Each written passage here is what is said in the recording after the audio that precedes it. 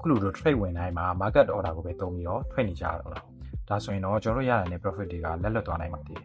ဆိုတော့ဒီပုံထဲမှာမြင်နေရတဲ့ stop order type တွေကို professional trader တွေကဘယ်လိုသုံးပြီးတော့ trade တွေကိုကင်တွယ်ကြသလဲဆိုတာကိုကျွန်တော်ကပြပြပြတော့ဖြစ်ပါတယ်ဆိုတော့ဒီနေ့ video ထဲမှာတော့ကျွန်တော်ကဒ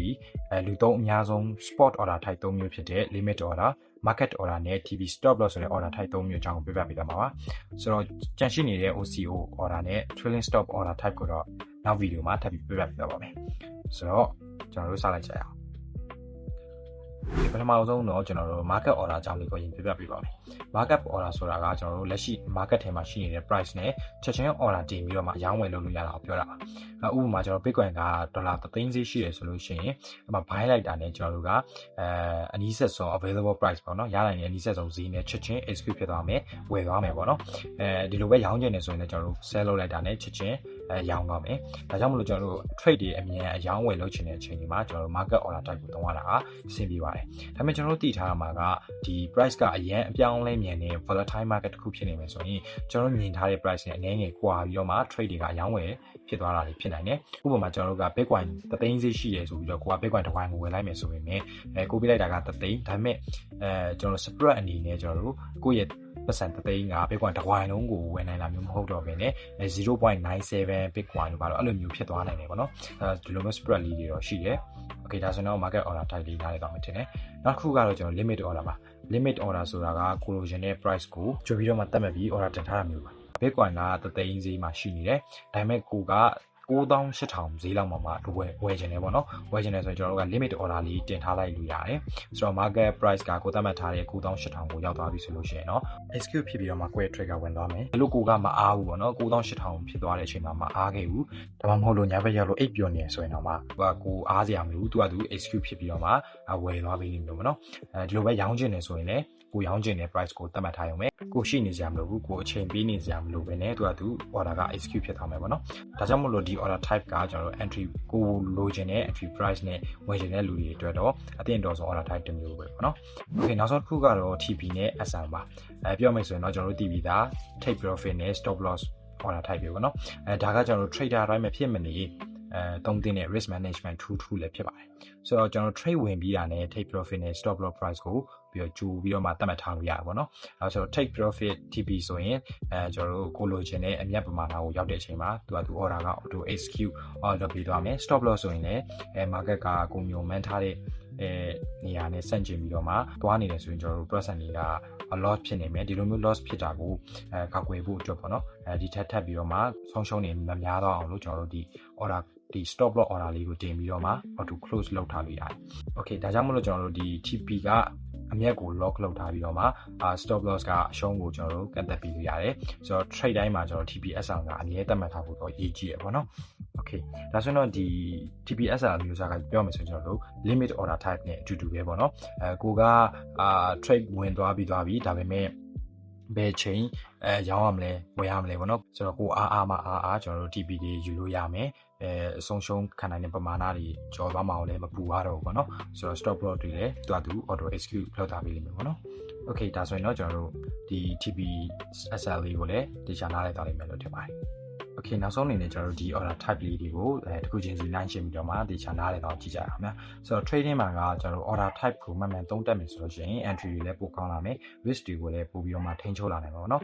good trade တွေပိုများများဖန်တီးလာနိုင်မယ်ပေါ့နော် Okay ဒါဆိုရင်ကျွန်တော်တို့ပထမဆုံးတစ်ခုက order type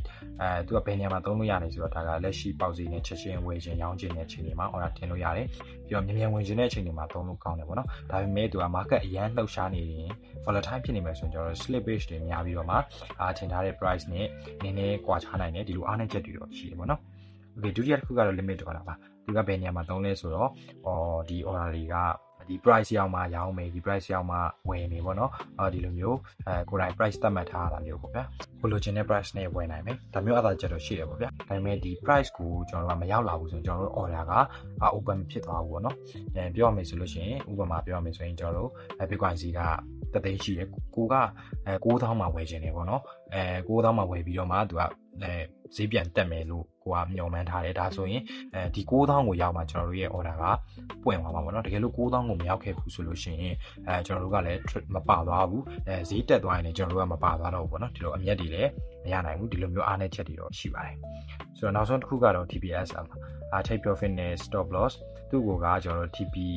အမြတ်လိုချင်တဲ့အခါမှာအလိုလျောက်အမြတ်ပိုင်းဖို့ရှုံးခံတာကိုရက်ဖို့ပေါ့နော်အရှုံးခံတာကိုတတ်မှတ်ဖို့ကိုယ့်ရဲ့ stop loss တွေကို order တင်ထားလို့ရတယ်ဒီလိုမျိုးကန်တက်ပြီးတော့ order type ပါဆိုတော့ professional trader တွေမဖြစ်မနေတော့ငယ် risk management tool လို့ပြောရင်လည်းမမှားပါဘူးဆိုတော့အတူချုပ်ပြီးပြန်ပြောရမယ်ဆိုရင်မြန်ရောင်းဝယ်လို့ရှိရင် market order ကိုသုံး price ကောင်းကောင်းကိုစောင့်ပြီးဝယ်ခြင်းလဲဆိုရင်တော့ limit order ကိုသုံးရမယ်ပြီးဆိုရင်တော့ capital ကိုကာကွယ်ဖို့ risk management တွေတခြားလုပ်ဖို့ဆိုရင်တော့ TPSL order type ကိုမဖြစ်မနေသုံးရပါမယ်ဆိုတော့ trading မှာ take profit ယူဖို့အတွက်ကျွန်တော်တို့ risk ကိုစီမံနိုင်တာပို့ပြီးတော့မှအရေးကြီးပါတယ်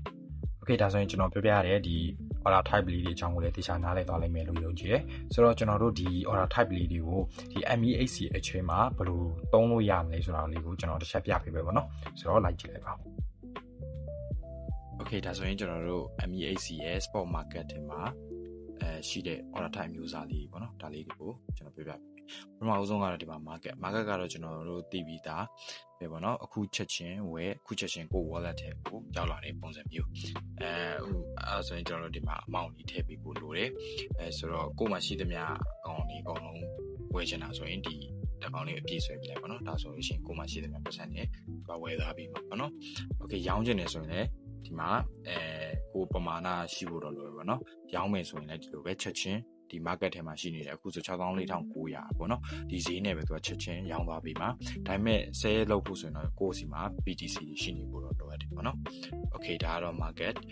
နောက်တစ်ခုကတော့ limit ပေါ့နော် limit ကတော့သူကကျွန်တော်တို့ပြောခဲ့တယ်လို့ပဲကိုရောင်းချင်ဝယ်ချင်တဲ့စီကိုကိုယ့်အကူကြိုပြီးတော့တတ်မှတ်ထားရတယ် price ကရောက်နေစရာမလိုဘူးပေါ့နော်ဒီမှာဆိုရင်ကျွန်တော်က BTC ကို64,000မှာဝယ်ချင်တယ်ဗျအခု64,900ဖြစ်နေတယ်ဒါပေမဲ့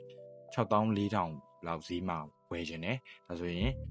်ဒီမှာကိုကျွန်တော်တို့က limit နေရာမှာ64,000ဆိုပြီးတော့ရိုက်ထည့်ပေးထားလိုက်ပြီးလာလို့ရှိရင်ကျွန်တော်တို့ကဘယ်လောက်ပမာဏဝယ်ပါလဲကိုယ်မှာရှိသမျှ percent တွေဝယ်ပါဆိုရင်ဒီကောင်လေးကိုပြည့်ဆွဲထားလိုက်ဒါမှမဟုတ်ဘူးလိုချင်တဲ့လောက်ပဲဝယ်မယ်ဆိုတဲ့ပေါ့ကိုပမာဏတွေပါရိုက်ထည့်လို့ရတယ်ပေါ့နော် Okay ဒါဆိုရင်သူကမအားလဲပဲ limit order တင်ထားတာဖြစ်တဲ့အတွက်ကြောင့်64,000ကို BTC ပြန်ကျလာလို့ရှိရင်သူ auto ဝယ်ထားပြီးသားဖြစ်လိမ့်မယ်ပေါ့နော် Okay 7မှာဆိုလည်းအတူတူပဲကိုကဘယ်မှာရောင်းချင်တာလဲပေါ့နော်ရောင်းချင်တဲ့ဈေးကိုကျွန်တော်တို့ကကြိုတင်ပြီးတော့မှသတ်မှတ်ထားလို့ရတယ်ဆိုတော့ကျွန်တော်တို့ TP profit ယူချင်တာ6,000ပေါ့နော်6,600မှာကျွန်တော်တို့ profit ယူချင်တယ်ဆိုရင်ဒီမှာ sell limit order မှာ6,600လေးရိုက်ထည့်ထားလိုက်ပြီးရင်ကိုမှပိုင်ဆိုင်သမျှအကုန်ရောင်းပါလားဒါမှမဟုတ်တဝက်ပဲရောင်းပါလားကိုရောင်းချင်တဲ့ပမာဏကိုလည်းဒီမှာရိုက်ထည့်လိုက်ပေါ့နော်ရိုက်ထည့်ပြီးတော့မှlimit order တင်ထားလိုက်မယ်ဆိုရင်ကိုမှအားရင်တော့မှသူရောင်းပေးထားလိုက်မယ်ပေါ့နော် Okay ဒါဆိုတော့ limit order ကိုလည်းနားလည်သွားလိမ့်မယ်ထင်တယ်နောက်ဆုံးတစ်ခုကတော့ TPSL ကတော့နည်းနည်းလေးတခြားမှတ်မှာရမယ်ပေါ့နော်ဒီကောင်ကဘယ်လို order မျိုးလဲဆိုတော့ကျွန်တော်တို့ limit နဲ့တော့နည်းနည်းဆင်တယ်ဒါပေမဲ့သူကကြတော့တခါတည်းဝယ်ကြတဲ့ကtake profit stop loss တခါတည်းသတ်မှတ်ထားမျိုးပေါ့နော်ကျွန်တော်တို့ limit မှာကြတော့limit order မှာကြတော့ကျွန်တော်တို့အနေနဲ့တခါတည်းကိုယ့်အကိုတင်ထားပါဘောเนาะတခါတည်းဝယ်မယ်ရောင်းမယ်ဒီလိုပဲလုပ်ထားလို့ရတယ်ဒီမှာကြတော့ကိုကကြိုတင်ဝယ်မဲ့ price ရောပြီးရလို့ရှိရင်သူရောင်းပေးထားမဲ့ price ရောကိုတခါတည်းလုပ်ထားလို့ရတယ်ပေါ့နော် Okay အဲ့ဆိုရင်ကျွန်တော်တို့က trigger price နဲ့ limit price ကိုနည်းနည်းလေးတခြားမှတ်မှာရမယ်ကျွန်တော် trigger price ကကြတော့ကျွန်တော်တို့က TP အနေနဲ့ထားချင်တာဆိုရင်66,000မှာ TP ယူချင်တယ်ဆိုရင်66,000ကိုကျွန်တော်တို့ကမှတ်ထားပေးလိုက်ပြီးလို့ရှိရင် limit မှာကြတော့ကျွန်တော်တို့ကဒီမှာ buy မယ်ဆိုလို့ရှိရင်quantity ပေါ့နော်အရေးအတွက်ဘယ်လောက်ပမာဏ buy မှာလဲဆိုတာထည့်ပေးလိုက်ထည့်ပြီးပြီဆိုလို့ရှိရင်တော့ကျွန်တော်ဒီမှာ buy လေ